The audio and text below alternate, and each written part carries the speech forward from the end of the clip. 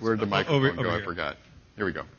Okay, so Pick up the mic to yourself so we can. at the risk of being slightly controversial, and perhaps having to stand by myself at the cocktail hour for the next 2 hours, I just, we just did a little search on TeleSpan on Twitter to see what's come up, and I have to say, there's, some people have made some interesting tweets, and some people have just been like sort of shamelessly self-promoting, which for me would be getting it all wrong.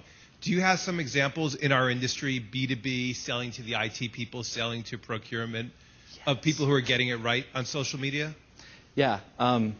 So I'm like ADD a lot of times, and so I keep switching my slides up. And I found this great example, and then didn't get it in the slides before I sent slides off to them. But it was 2008. Cisco was getting into social media, and they were on Facebook, Twitter, YouTube, the whole gamut, doing everything because they're Cisco and money doesn't matter. And so they didn't really have like hard case to prove that what they were doing was really working. And so they kind of took a bold step of deciding that when they were releasing the aggregated services router, that they were going to do it all online. They weren't going to do the Apple, here's the big presentation, fly everyone in. So leading up to the event, they started blogging about it, and they were posting videos online. They're engaging with customers. They set up online forums where people could go in and ask the expert. They had widgets that made everything very, very social, so they could it was easily shareable. On Facebook, they set up a group for Uber internet users. And these were like, the hardcore internet addicts. Like there was one guy who posted about how he networked his community swimming pool with Wi-Fi because he was so sick of being offline when he had to take his kid to the pool. They built a game, it was an online game where you were kind of, it was very Star Wars-esque. You were kind of flying this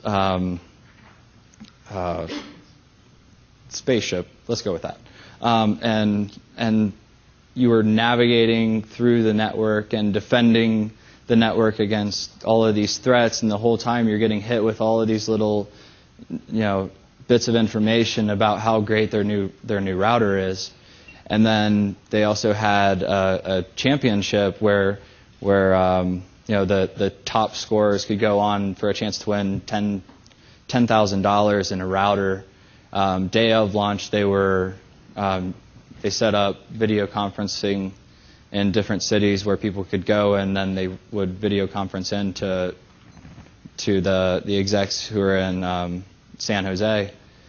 And so, you guys are aware of video conferencing. Everybody saw everybody's facial reactions to the different things that they were talking about.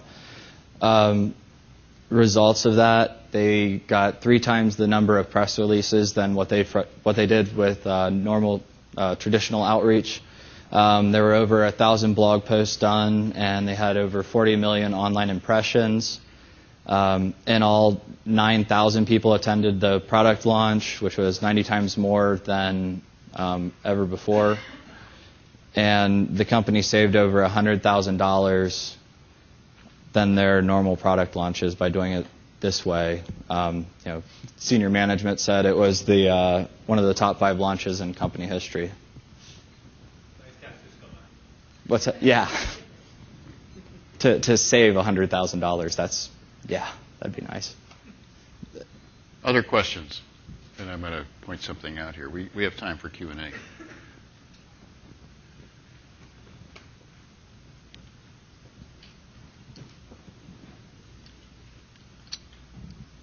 A lot of the execs in this room are really, really busy people. Mm-hmm. And you want them to be engaged on social media other than Roger tracking your kids.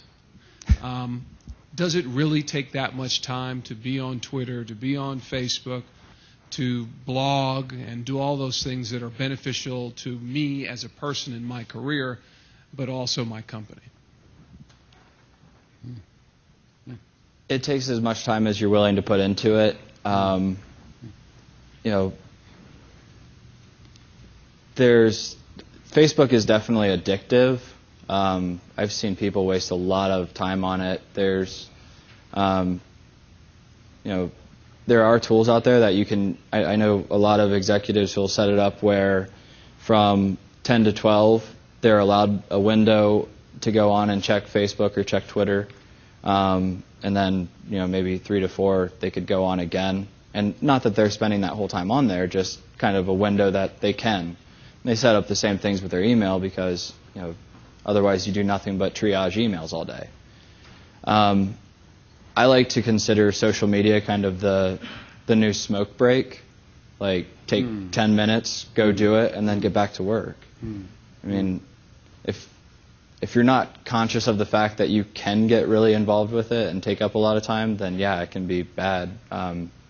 But as far as blogging, a blog takes maybe an hour to write a good 5-paragraph blog.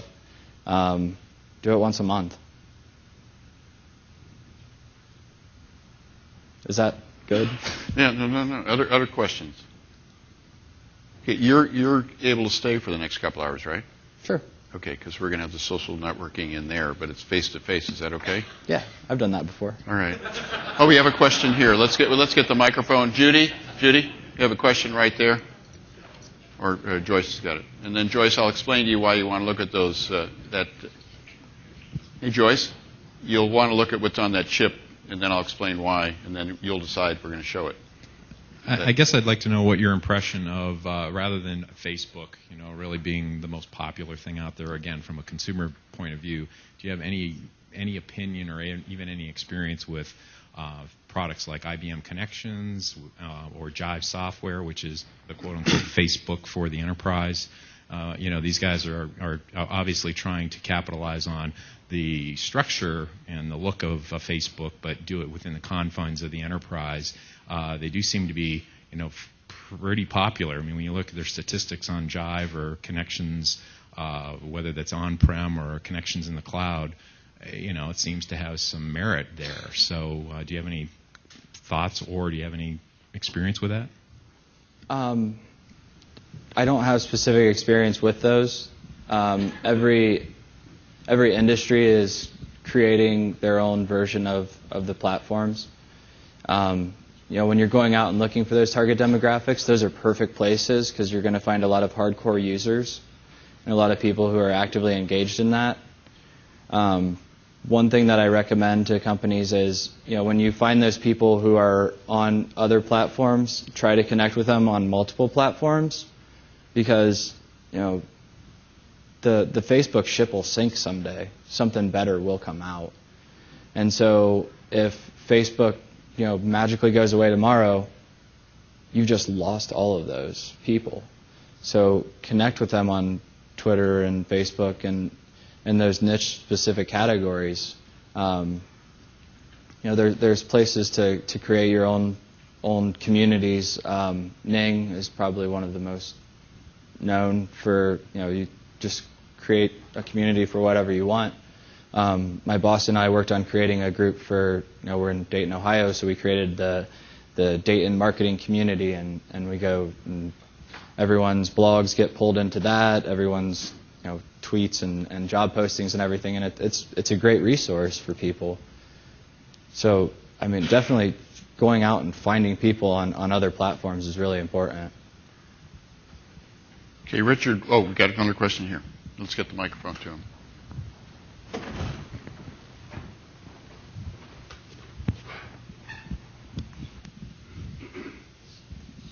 Richard, have you ever come across or used Twitter for CRM with customers? Yeah. Actually, the CRM that we use is called Batchbook. So think of how intertwined this thing is now. Our email gets pulled into Gmail. Alongside the right-hand side is a program called Reportive. And what Reportive does is anyone who sends me an email that uses that email and it's associated with a social media site, it'll show up on the right-hand side, and I just press a button, it says connect, and then it'll send them an invitation. Along inside of Reportive, there's more widgets. One of them, Reportive plays really well with Batchbook.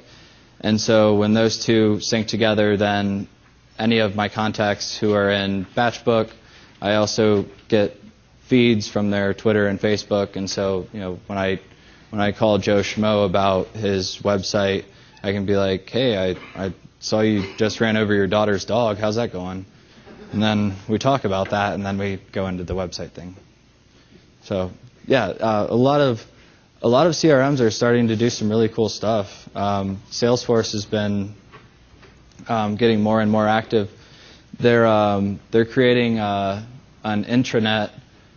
It looks and plays a lot like Facebook that people use internally. That's one of the things that we've been playing with at our agency and seeing how that works. There's an internal version of Twitter that we use that's called Yammer, because we're trying to figure out ways that I can not get 200 emails a day, because I'm part of that I hate email generation. I mean, I want a quick post and let me know what I need, and then I have other things to do. Okay, I'm going to suggest that we give him a round of applause.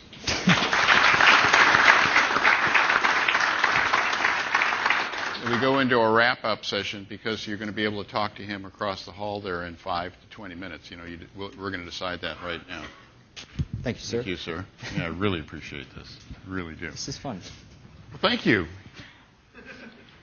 I mean, for a social media guy to think this is fun, whoa! What are we doing? What are we doing right?